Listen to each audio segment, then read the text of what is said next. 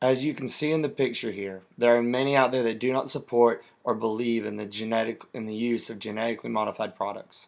This picture emphasizes the foundation of a concern of the lack of education and some of society's ignorance regarding GMOs. I believe these opponents to the GMO innovation are frightened by and convinced of some poisonous genetic mutation that is happening to the overall food supply. These kinds of thoughts would be greatly lessened if the public knowledge about genetically engineered products were greater. My policy is to better educate the general public about GMOs through strong litigation, greater transparency, and the implementation of GMOs into education curriculum that will benefit society for generations.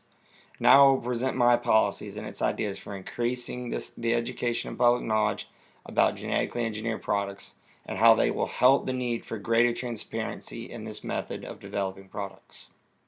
And now that I've introduced my general stance on the importance of GMO education, let's analyze this policy more specifically. My policy addresses the debate over safety and viability of using GMO crops and why people are opposed simply because they aren't informed properly of the facts behind genetically engineered products. When most of modern society hears about GMOs, they unconsciously side with what they know. Why wouldn't they? My policy's objective is to inform the public and to bring the GMO industry under a very transparent and understandable light. Richard McBee simplifies this in his October 2014 article, saying that GMOs are simply natural genes found in natural plants now put into other plants by artificial means. Simplifying the job that GMOs do for the food supply and their sustainability improvements just isn't considered common knowledge, and I believe that it should be. Anti-GMO proponents push their ideology on the subject through elaborate, non-fact-based organizations with no actual facts or information being presented. Rather, these groups emphasize only dramatic conspiracies behind the big GMO-related businesses such as Monsanto and Dow AgroSciences. The lack of knowledge of reliable and factual information can be solved in a number of ways, but my policy focuses mainly on two areas of improvement. First of all, I believe the fastest way to alleviate these issues could be the passage of legislation requiring any business having a stake in or use of GMO products must publish detailed annual statistics and facts about their use of these engineered inputs or outputs. The regulations and requirements of present day will not suffice in order to accomplish this goal of transparency. For example, the 1984 Coordinated Framework Policy is described in the Library of Congress's website as being adequate enough to address the current regulations. A new framework needs to be developed to be more applicable to today's technology and understanding about the genetically engineered product industry. Joe Entine, a Forbes magazine contributor, reports in 2013 that our goal is to create a single document where interested people of all levels of expertise can get an overview on what has been done by scientists regarding GE crop safety. Pushing a bill through to alleviate the tension between the two sides would be a great first step, but how likely is that to happen? In today's legislative environment, a common lack of any bipartisanship in Congress, we wonder about the reality of getting the bill to pass. Many bills make it up to Capitol Hill and never become law. For example, the Genetically Engineered Food Right to Know Act, introduced in 2013, is an example of proposed legislation that is having difficulty progressing through Congress and isn't expected to be enacted into law. Passing legislation in Washington would be a successful first step in accomplishing my proposed policy. But what other efforts would need to be done to make clear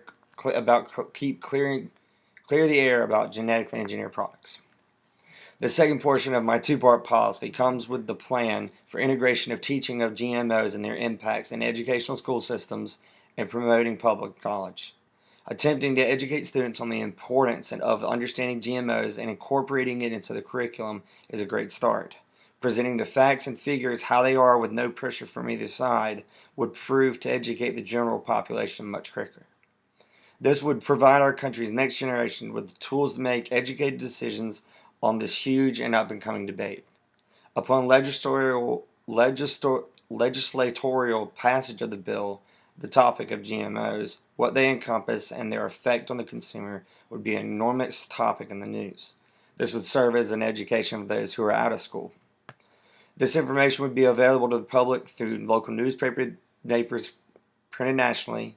General advertising and publicity are just a few ways of accomplishing this.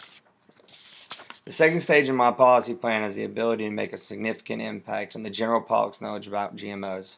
But what is the realistic time frame for implementing these educational advances? While I've listed several solutions to educate the general public, there would be a possibility of this not taking place in a timely manner.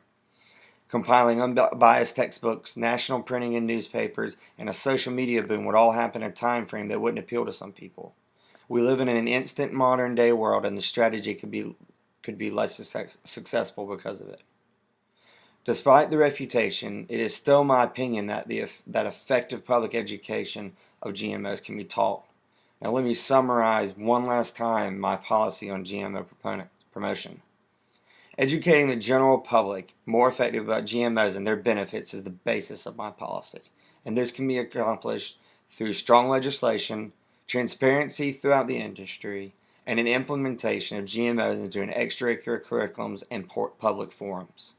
I address the debate over safety and viability of using GMO crops. Next, I discuss why many people are opposed to these crops, and last, I explain how the general public can be properly informed and educated of the facts behind genetically engineered products.